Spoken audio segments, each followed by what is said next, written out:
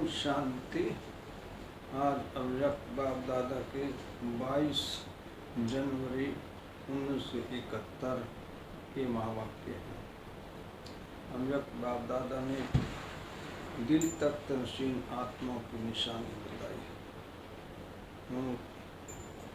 बाबा ने तक तनशीन आत्माएं कैसी होती हैं जो भविष्य में तक तनशीन बनने वाली हैं और वर्तमान वो दिल तक तनशीन हैं, उनकी क्या निशानियाँ होंगी, वो बाबा आज मुरली में बच्चों को दे रहा है। अब सब महसूस करेंगे कि हमने संगम युग पर बाबा के दिल तक तनशीन बनना है और भविष्य में हमने तक तनशीन बनना है। उन बच्चों को दिल तक तनशीन बनने के लिए क्या पुरुषार्थ करना है, बाबा हम बच्चों को बता रहे हैं। आप सब ध्यानपूर्वक ये बाबा के अव्यक्त बाप दादा के महावाक्य सुनेंगे।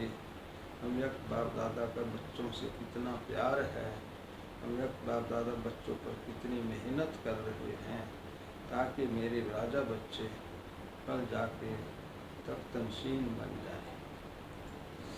आज इस संगठन को कौन सा संगठन कहेंगे, इस संगठन का क्या नाम देंगे? ये संगठन है ब्रह्मा बाप की बुझाएं। जो बाबा की बुझाएं दिखाई हैं शास्त्रों में, ब्रह्मा की सहस्त्रों बुझाएं दिखाई हैं। बुझा शक्ति का प्रतीक होता है। किसी बाप के 4 बच्चे होते हैं तो कहते इसकी तो 4 बुझाएं हैं। तो बाबा के ब्रह्मा बाबा की सहस्त्रों बुझाओं का सूचक हम बच्चे हैं। इसीलिए इस संगठन को बाप दादा के मददगार वफादार बाप दादा के दिल तक तनशीन मास्टर सर्वशक्तिवान कहेंगे। अब समझा, इतने अनेक टाइटल्स इस ग्रुप के नंबरवार पुरुषार्थ अनुसार हैं। जो दिल के तक तनशीन होंगे उनों की निशानी क्या होती है? बाबा दिल तक नशीन बच्चों की निशानियाँ बता रहे हैं, इसीलिए प्रश्न उत्तर कर रहे हैं, क्योंकि प्रश्न करने से जल्दी बात समझ में आ जाती है। वैसे जर्नल सारा पढ़ दें जल्दी जल्दी तो कुछ भी समझ में नहीं आएगा तो थोड़ी देर के बाद समाप्त हो जाएगा। परंतु जब उसको क्वेश्चन का रूप दिया जाता है, फिर उसका आंसर हमारे सामने आता है, फिर हमारी बुद्धि में बात बैठ जाती है। इसलिए बाबा ने क्वेश्चन किया, तख्त नशीन की निशानी क्या है? जो तख्त नशीन हुए हैं उनकी निशानी है, एक तो जब भी कोई तख्त पर बैठते हैं तो तिलक और ताज दोनों तख्त नशीन की निशानी होती है। उसको तिलक भी दिया जाता है और ताज कुर्सी भी होती है।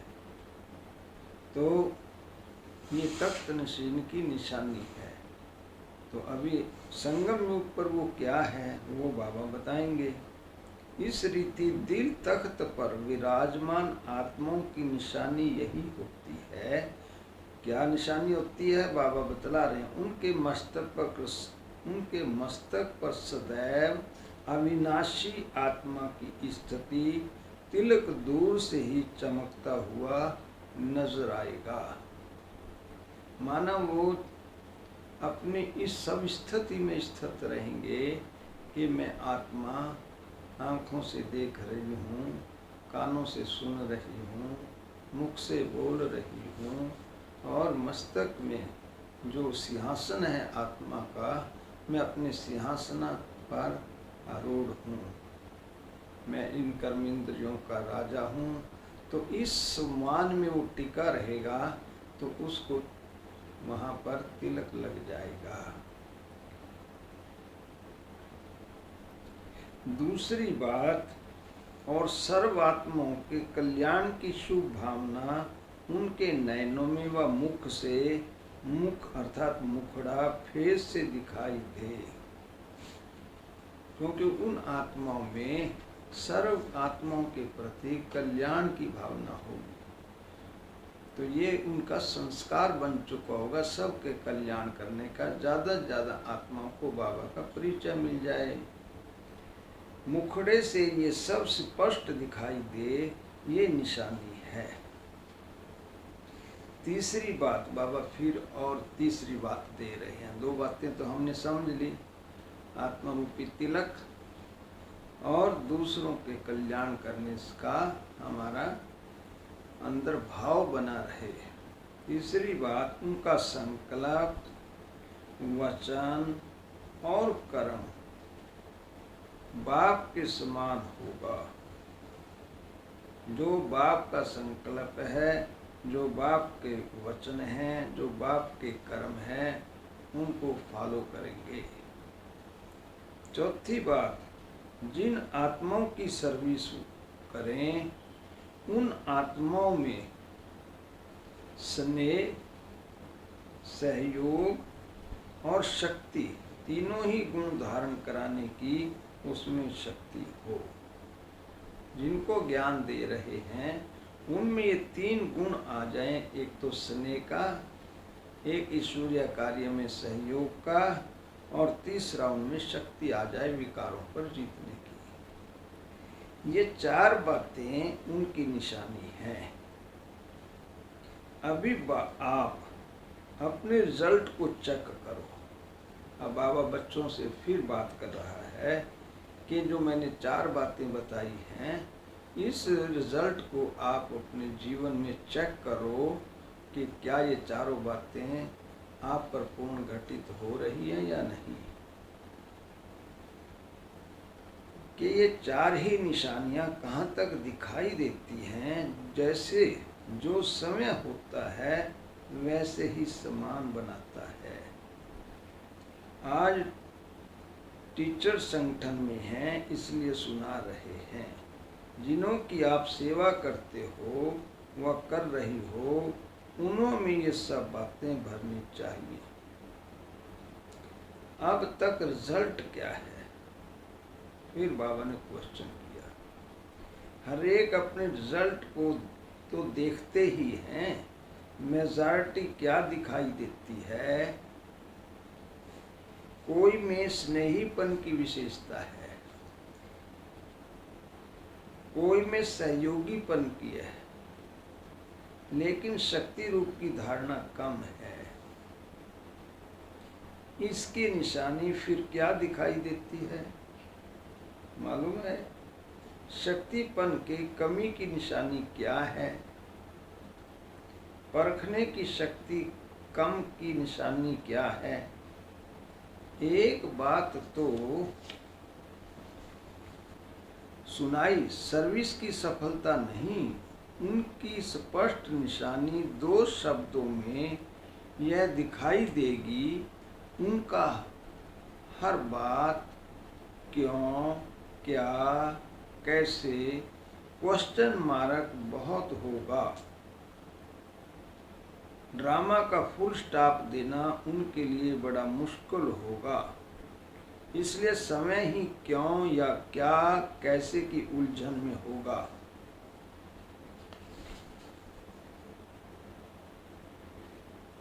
ये शक्ति जिसमें कम है उसकी निशानियां बाबा दे रहे हैं। परखने की शक्ति कम होगी, एक और सर्विस की सफलता कम होगी, और क्यों क्या में उलझे रहेंगे, क्वेश्चन मार्क लगा रहेगा। ड्रामा का फुल स्टॉप देना उनके लिए बड़ा मुश्किल होगा। इसलिए समय ही क्यों या क्या, कैसे की उलझन में होगा। दूसरी बात, वह कभी भी समीप आत्मा नहीं बन सकेगा। संबंध में लाएंगे लेकिन समीप संबंध में नहीं लाएंगे। समझा? ब्राह्मण कुल की जो मर्यादाएं हैं उन सर्व मर्यादाओं स्वरूप नहीं बना सकेंगे, क्योंकि समय में शक्ति कम होने के कारण औरों में भी इतनी शक्ति नहीं ला सकते जो सर्व मर्यादाओं को पालन कर सके। कोई ना कोई मर्यादा की लकीर उल्लंघन कर देते हैं। समझते सभी होंगे, समझने में कमी नहीं होगी। ज्ञान तो सभी समझ रहे हैं, सुन रहे हैं। मर्यादाओं की समझ पूरी होगी, परंतु मर्यादाओं में चलना उसकी शक्ति कम होगी। इस कारण जिन्हों की वह सेवा करते हैं उन्हों में भी शक्ति कम होने के कारण हाई जंप नहीं दे सकते। संस्कारों को मिटाने में समय बहुत वेस्ट करते हैं। अब इन बातों में अपने स्वरूप को चेक करो।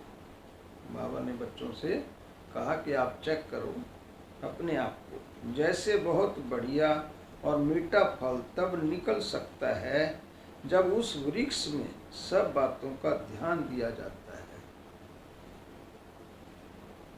धरती उखाड़ने का भी ख्याल, बीज डालने का, जल का, सभी का ध्यान देना पड़ता है।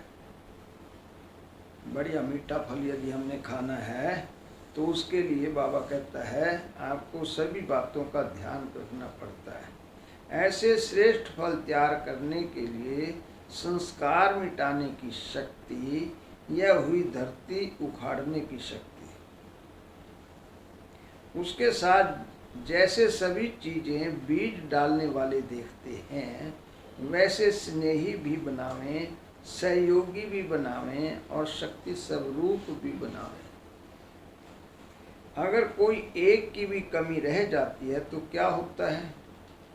जो शुरू में सुनाया कि दिल तख्त नशीन नहीं बन सकते, एक भी कमी रहती।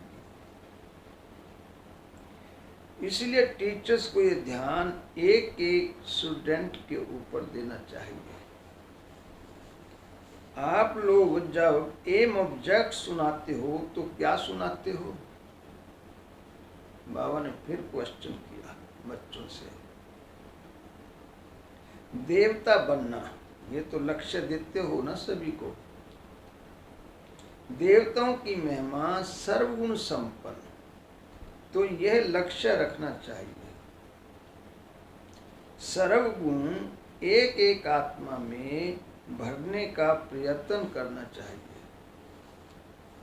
आप टीचर्स को हर एक से मेहनत करनी इतनी चाहिए जो कोई आत्मा भी ये उलाहना न दे कि हमारी निमित्त बनी हुई टीचर ने हमको इस बात के ऊपर कभी ध्यान ही नहीं खिंचवाया। वह करे न करे, वह हुई उसकी तकदीर, परंतु आप लोगों को सभी के ऊपर मेहनत करनी है। नहीं तो अब तक के रिजल्ट में कोई उलाहने अभी तक मिल रहे हैं। यह सर्विस की कमी है।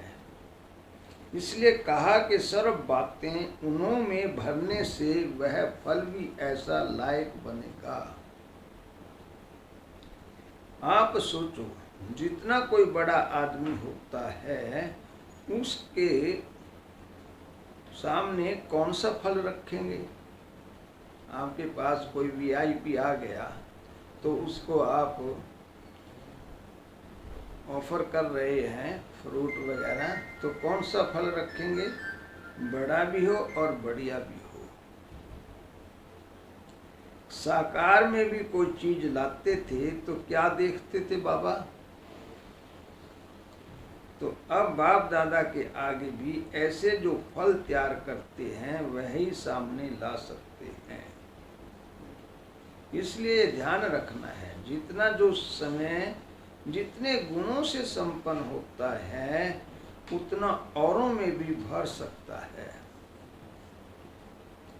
हरेक रचता की सूरत रचना से दिखाई देती है। सर्विस आप लोगों के लिए एक दर्पण है,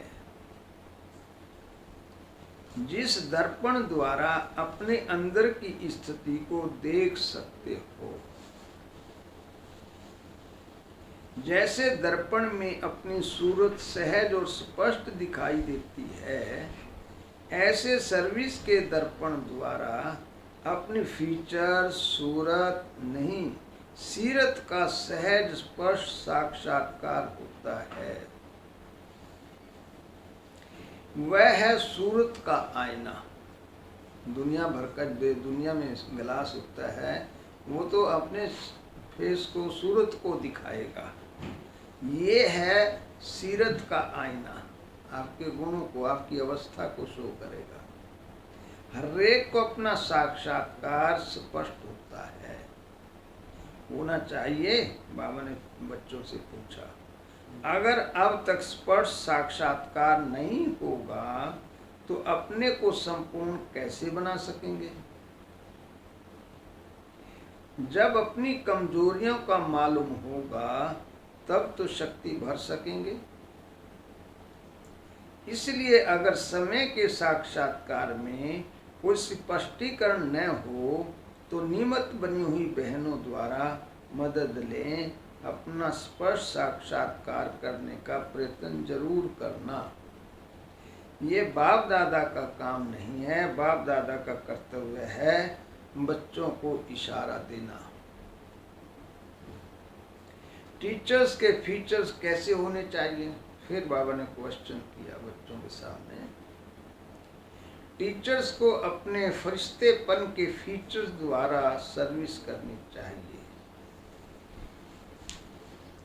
टीचर द्वारा ये शब्द अब तक नहीं निकलने चाहिए कि ये मेरी नेचर है।